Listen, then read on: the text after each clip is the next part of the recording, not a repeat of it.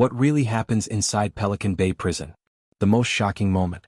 Imagine a cell so small, you can't stretch your arms without touching concrete. Now picture a man inside, banging his head against the wall over and over, because the silence and isolation have broken his mind. Suddenly, guards rush in, pepper spray fills the air, and chaos explodes in the tight space. But here's the shocking truth: this wasn't a rare event. Inside Pelican Bay, this is daily life. So what really happens behind those walls? And why do men lose themselves so quickly in here? The fortress of fear.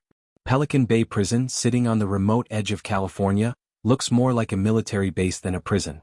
Massive gray walls, barbed wire spiraling to the sky, and watchtowers that can spot a mouse moving across the yard. This prison was built to control the most dangerous inmates in America. The gang leaders, the lifers, the ones who could turn any prison yard into a battlefield. At first glance, everything seems under control. Guards patrol with radios, the cell blocks stand in neat rows, and meals slide quietly through steel doors. But beneath that order, something darker stirs. The inmates call it the Bay. And inside the Bay, silence is the real weapon. One inmate whispered through the crack of his door, "You don't live in here, you disappear." But just when you think silence is the worst of it, the violence explodes. The Yard of Blood. The prison yard at Pelican Bay is nothing like a park. It's a small concrete pen with 20-foot walls, no grass, no sky except a thin slice above. Inmates step out for what they call dog runs, short breaks from their cages. One morning the gates opened for exercise. The men walked out quietly, heads low. But within seconds a fight erupted. A handmade knife, sharpened from metal hidden in a shoe, flashed in the sunlight. Two men clashed in a storm of rage, blood spilling onto the concrete. Guards fired warning shots from the towers, but the men didn't stop. The fight only ended when one man collapsed, silent, his body twitching on the ground. The yard went quiet. Everyone knew what had just happened wasn't about two men. It was about gangs, the Mexican Mafia, the Aryan Brotherhood, the Black Guerrilla family. Pelican Bay is their battlefield, and every fight sends a message. That day, one question echoed through the block: who's next? Life in the SHU. Most prisoners here end up in the Security Housing Unit, better known as the SHU. These are isolation cells where men spend 22 to 23 hours a day locked away. No phone calls. No visits. No fresh air except for a tiny caged yard once a day. Inside the SHU, the walls are painted a dull gray, and the only sound is your own breathing. Some inmates read. Some do push-ups until they collapse. Others talk through the vents to men they can't even see. Voices are their only lifeline. But not everyone survives this silence. Over time, men start hallucinating, hearing voices, seeing shadows crawl across the walls. One prisoner scratched messages into the concrete with his fingernails, desperate to prove he was still alive. And just when you think things couldn't get worse, someone finds a way to bring the violence even into isolation. A guard opening a food slot is suddenly splashed with boiling liquid, coffee mixed with bleach, hidden for weeks just for that moment. The message is clear: even in the SHU, the war never ends. The hunger for power. Behind bars, food becomes more than survival, it becomes control.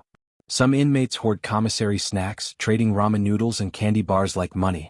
Others use it to show dominance. One day, a tray slid under a cell door with a piece of bread covered in mold. The prisoner screamed, banging the tray against the steel door. But his voice was drowned out by laughter from other cells. Food here isn't just about eating, it's about breaking spirits. But power runs deeper. Secret messages, known as kites, travel from cell to cell, hidden in books, under food trays, or even inside body cavities. Orders are passed. Hits are planned. And soon, an entire prison block knows what's coming, even before the guards do. The tension builds. And then, the next extreme moment strikes. The riot nobody forgot. It started with a single shout. Within seconds, dozens of men in the dining hall flipped tables, grabbed trays as weapons, and charged at one another. Guards screamed for everyone to get down, but fists, boots, and makeshift blades were already flying. Blood sprayed across the walls. Alarm bells rang. Pepper spray filled the air. The dining hall looked like a war zone. Bodies sprawled, smoke clouding the room, guards swinging batons. Some prisoners lay unconscious, while others fought even harder, their eyes burning from the gas but their rage refusing to die. By the time order was restored, the floor was covered in pools of red. The riot was over, but the scars it left, on inmates and guards alike, would last forever. And here's the chilling part: this wasn't the first riot at Pelican Bay. And it won't be the last. The silent war. After the riot, Pelican Bay looked calm again. The hallways were scrubbed, the broken tables replaced, and the guards walked their shifts as if nothing had happened. But inside the cells, the war continued, quiet, hidden, and dangerous. Inmates tapped codes on the walls, sending secret signals. A simple knock could mean yes. 2 knocks could mean no. Entire conversations took place through concrete. And through these codes, the gangs kept their control, even when locked away in the SHU. But silence is deceptive. One morning, a guard opened a cell door, expecting routine. Instead, the prisoner lunged out, his body wrapped in hidden armor made from magazines and duct tape, a sharpened blade in his hand. The attack came so fast the guard barely made it out alive. The message was clear: the war wasn't over. It had only gone underground. The price of isolation. In Pelican Bay, time itself is punishment. Days stretch into weeks, weeks into years. Some inmates haven't touched another human in over a decade. One man spent so long in the SHU that he forgot the sound of his own voice. When he finally spoke again, it came out as a hoarse whisper. Another scratched drawings into his walls, faces, birds, and landscapes he would never see again. Psychologists call it SHU syndrome, depression, paranoia, even madness. And sometimes it boils over. One night, an inmate smeared the walls of his cell with red paint, or so it looked. But when the guards got closer, they realized it wasn't paint at all. It was blood from wounds he had carved himself. That night, the cell block fell silent. Nobody spoke. Everyone knew the prison had claimed another mind. The shot callers. Even in isolation, the gang leaders, known as shot callers, rule the prison. They don't need freedom to control. Their voices carry through letters, smuggled notes, even visits with lawyers. One leader, from the Mexican mafia, gave an order from deep inside the SHU. The message? Eliminate a rival on the yard. The next day, when the gates opened, 2 men walked toward each other. One smiled, shook the other's hand, and then drove a blade straight into his chest. The guards swarmed, alarms blared, but it was too late. The shot caller's order had been carried out perfectly, without him ever leaving his cell. It left one question echoing in every guard's mind. If the leaders can control from inside, can this prison ever truly stop the violence? The hunger strike. By the 2010s, inmates had grown desperate. They wanted out of the SHU, out of the endless isolation. And they knew only one way to make the world notice them: stop eating. It started with a handful of prisoners refusing their trays. Then dozens joined. Then hundreds. Pelican Bay erupted in a hunger strike that spread across California prisons.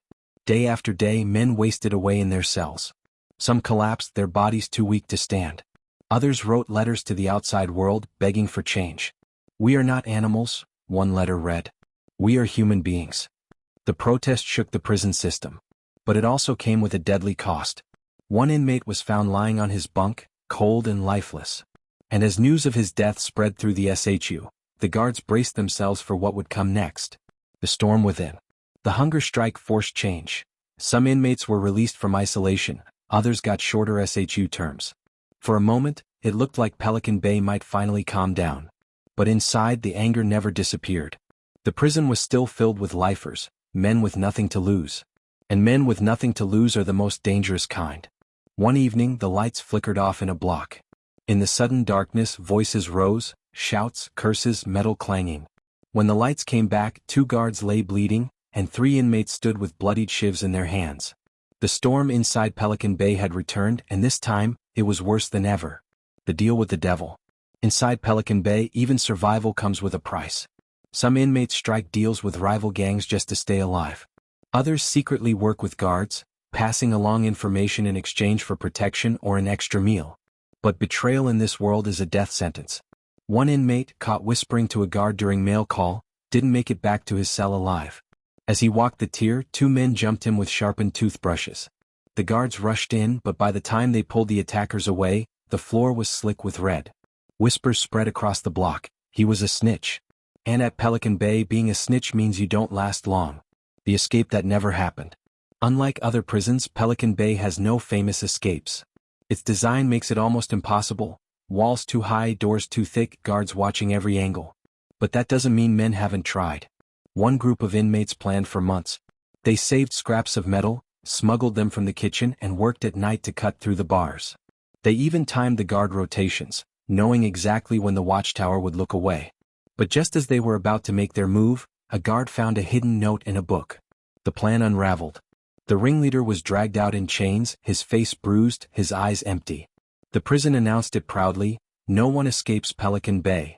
But in the cells, men whispered, "If they almost made it, maybe one day someone will." The cold revenge. Every prison has debts, and at Pelican Bay, debts are paid in blood. One night during chow, an inmate slipped a sharpened piece of glass into his sleeve. He waited, silent, until his target sat down. Then, in one swift motion, he slashed across the man's face, leaving a deep scar that would never heal. The hall exploded in screams. Guards tackled the attacker, food trays flew across the floor, and prisoners pounded the tables like drums. Revenge had been delivered, but it also meant more was coming. Because at Pelican Bay, violence doesn't end with one cut. It only opens the door to another war. The Forgotten Men. For every violent clash, there are inmates who simply fade away, forgotten by the outside world. Some have no family, no letters, no visits. Their names disappear from memory, but their bodies remain locked inside. One prisoner hadn't spoken to anyone in months. His beard grew long, his eyes hollow. When guards finally opened his cell door for a health check, he didn't respond. He just stared at the wall, rocking back and forth. The prison doctor shook his head. Another man broken by Pelican Bay's silence. But even in this quiet there was danger. Because sometimes the forgotten men are the ones who explode without warning. The fire in the night. It happened in the dead of night. Alarms blared as smoke filled one of the blocks. Somehow an inmate had set his mattress on fire. Flames licked the walls, smoke pouring under the steel doors. Guards rushed to drag men out before they suffocated. Chaos consumed the tier, men coughing, shouting, banging on doors for air. In the confusion, one prisoner used the moment to attack. As guards pulled him to safety, he swung a hidden blade, slicing across a guard's arm. The fire was put out. The smoke cleared. But the memory of that night, fire, blood, and panic, remained etched into Pelican Bay's walls. The message in blood. Prison walls can't stop messages, they just make them more creative. Orders are passed through secret notes, coded letters, or whispers. But sometimes the message is sent in a way no one can ignore. One morning, guards found a man lying face down in his cell. Across the concrete floor, smeared in blood, was a single word, debt. No one saw who did it. No one spoke. But everyone understood. In Pelican Bay, if you owe, even a single pack of ramen, you pay one way or another. And just like that, fear spread through the tier again. The caged court. Even basketball isn't normal in Pelican Bay. The yard is a tiny concrete pen barely bigger than a garage with a hoop bolted onto the wall. It's meant to let inmates stretch, to burn off energy. But one afternoon a simple game turned into war. A shove under the hoop. A curse word. Then fists flew. In seconds the game exploded into a brutal brawl. Teeth cracked, blood splattered across the concrete, and the ball rolled into the corner, forgotten. Guards stormed in with shields, pepper spray fogging the air. The men were dragged back to their cells, coughing and bleeding. And the question lingered. If even a basketball game ends in blood, what hope does peace have inside these walls? The lockdown. After the fight, the prison went into full lockdown. Doors slammed shut. No yard time. No commissary. No mail. 4 weeks, inmates were trapped in their cells with nothing but silence and rage. Some banged on their doors until their fists swelled. Others refused meals, letting their trays rot untouched. But the pressure cooker couldn't last forever. When the lockdown lifted, the first day back on the tier was electric with tension. Everyone knew payback was coming. That night, a guard doing his rounds found an inmate strangled with a sheet, slumped lifeless against the bars.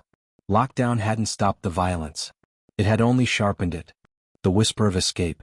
Despite the fortress-like walls, the dream of escape never dies. One inmate whispered that he had a map, drawn from memory, stolen from a guard's notes. Another claimed he had tools hidden for months. For days the tier buzzed with rumors. Could someone finally break free from Pelican Bay? Then one evening, guards searched a cell and uncovered a stash. Metal pieces, rope made from torn sheets, and a drawing of the prison yard. The would-be escape artist was dragged out, cuffed and beaten, his dream over before it began. But the whispers didn't stop. If one man could get that close, who might succeed next? The deadly silence. Sometimes, the most terrifying sound inside Pelican Bay is nothing at all. One night, the block was so quiet that guards grew suspicious. No shouting, no banging, no voices. When they opened the first cell, they found an inmate lying cold on the floor. Suicide.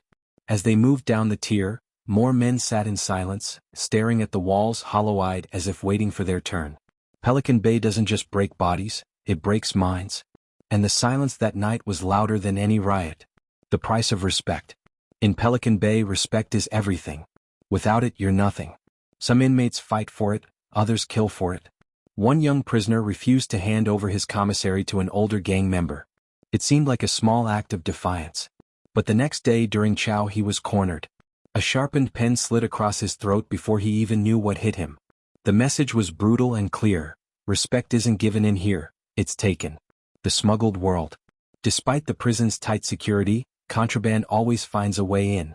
Tiny cell phones hidden inside legal mail. Drugs slipped through visiting rooms. Even weapons crafted from the simplest scraps.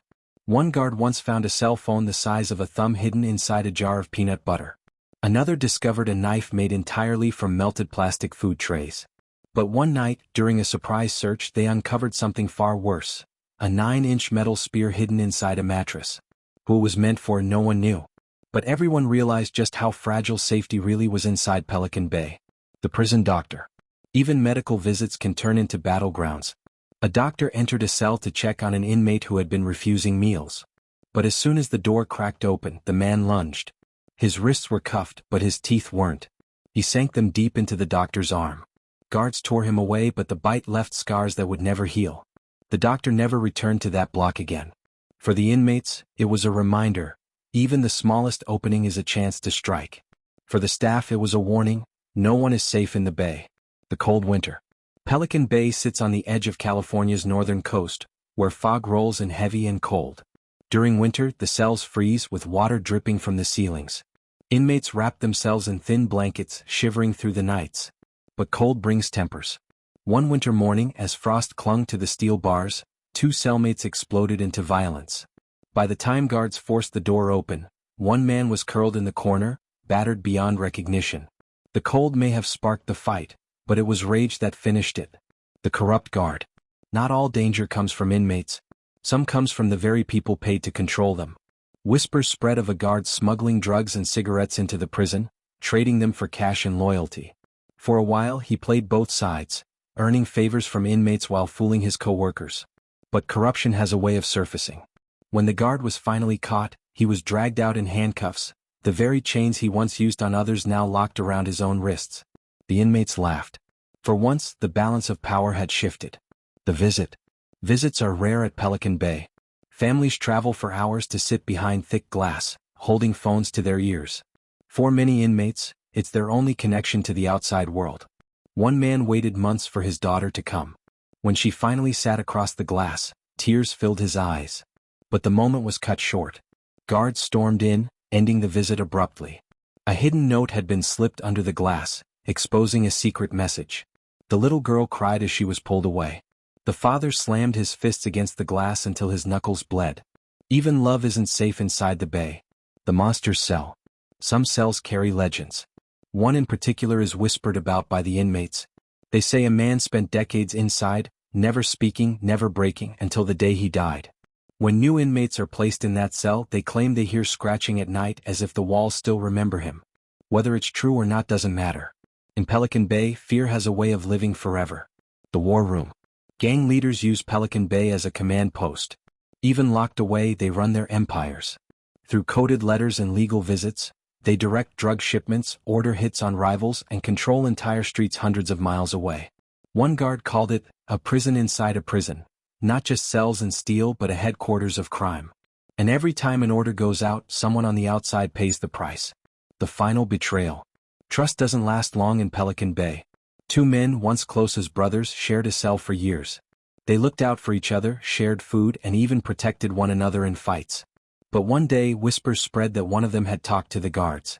That night, when the block went quiet, he never woke up again. His cellmate sat in the dark, staring at his hands, knowing he had killed the only friend he ever had. The endless cycle. Pelican Bay was built to control the uncontrollable. And yet, inside its walls, the cycle of silence, fear, and violence never ends. Every day, men wake up in tiny cells, staring at concrete walls. Some lose their minds. Some fight to the death. Some simply fade away. But the truth is this: Pelican Bay doesn't just hold criminals. It creates monsters. it breaks spirits and it leaves scars that never heal, on inmates, guards and families alike. And as long as its walls stand tall, the question will always remain: what really happens inside Pelican Bay? This is Pelican Bay Prison, one of the darkest corners of America's justice system. A place where silence is punishment, violence is currency, and survival is never guaranteed. And now you know the truth of what really happens inside.